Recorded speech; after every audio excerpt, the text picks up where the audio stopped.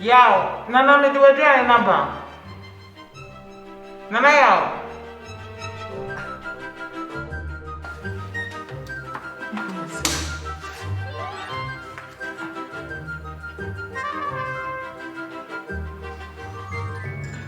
Yow.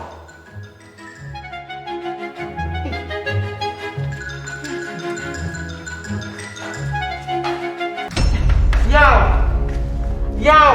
Me throw video call na fa. Nana yow.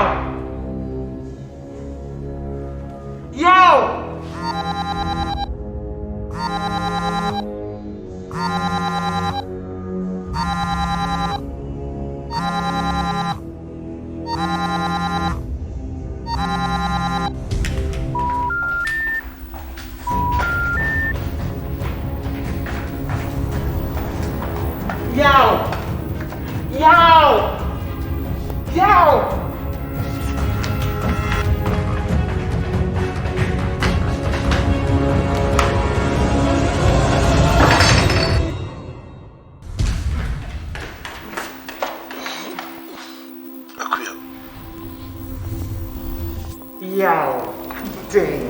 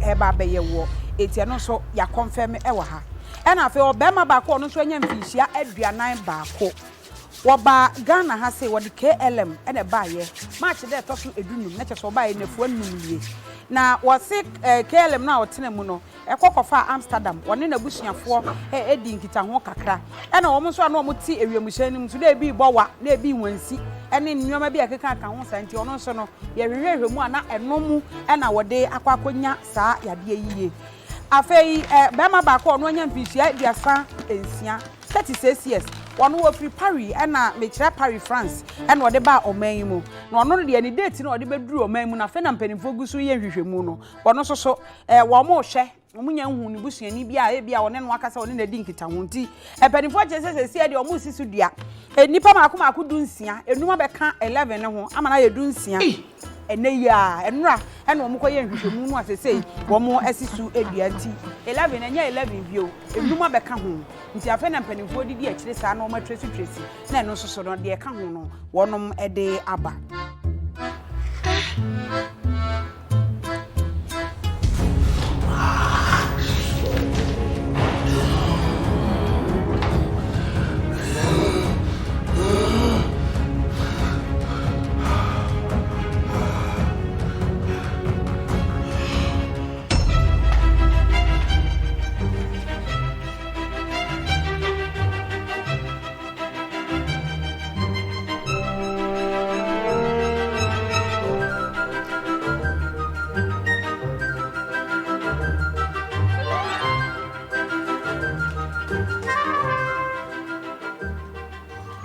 Oh, then so Uncle be seen yampa. Madam Seminia said the beer will fray be say I say. Menua. It's was papa emra ye wemu idie. Nipa nnuane nipa. Onko menko ana. Na ye woni nana ya wuku mpomu e. Yo. Ya na se ne hu to no kakra. Afili ase ye kakra. Na so aduane na wonni. Breakfast amede kuma no wan fa ne nsapu anka. So ne emi won ne se aduane opepa o. Jese na me ko tu sesi wo kra na me wanwa. Me ye ade papa na me ye de me nua. Unyini se wo se me frɛ 112. Me frɛ wo mo. Akua. To bo asiansa. To bo ase. Na sa wo ka se na oye eyi exercise ni ade wo fie. Se no ho de nkakra na. Uni bibi. Train edaba komienu bi. Why? 1 day and 2 days bi. Answer. Ni enhwa ade.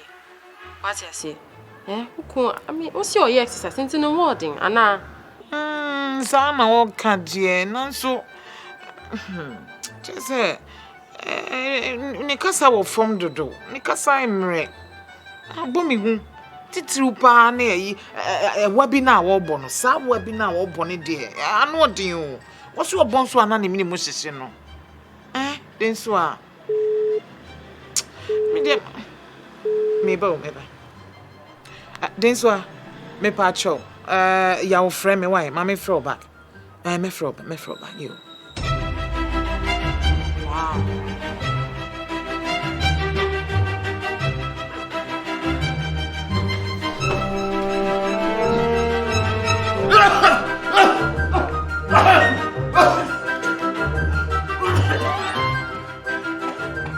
Yeah. Na every then I'll come ado so bedi. Then I'll come do. Bedi dey.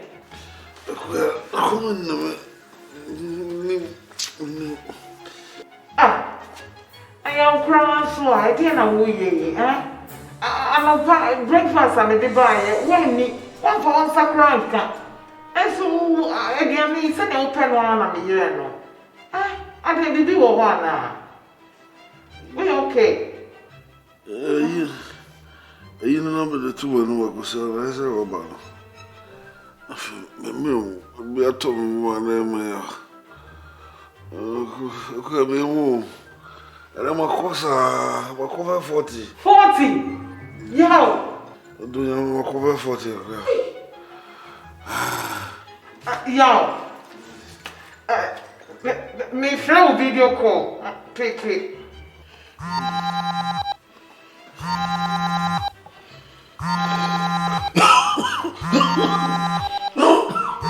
Yeah, I want to swear.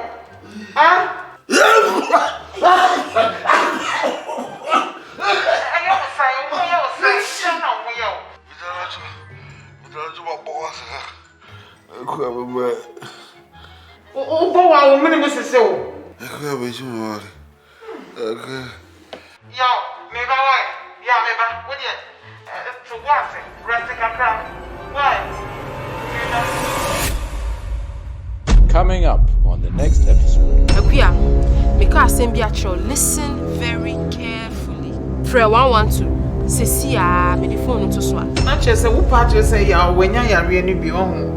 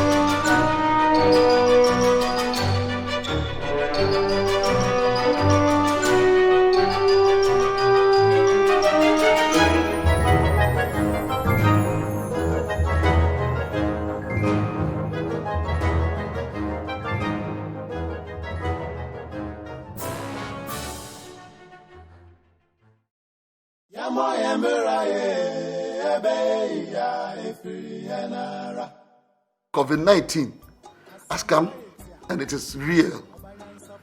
Now, one of the surest ways of combating this sickness is to conform to the recommended protocols.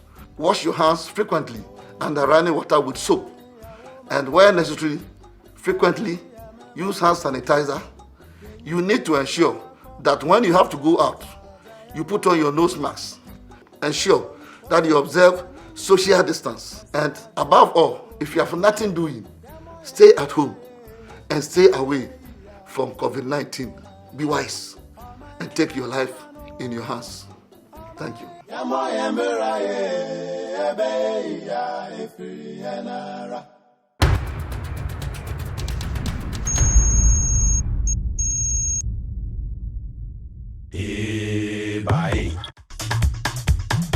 The Golden Coast, so called by Europeans on account of its abundant and copious yield of gold things and treasures of nature, as also of successful minds.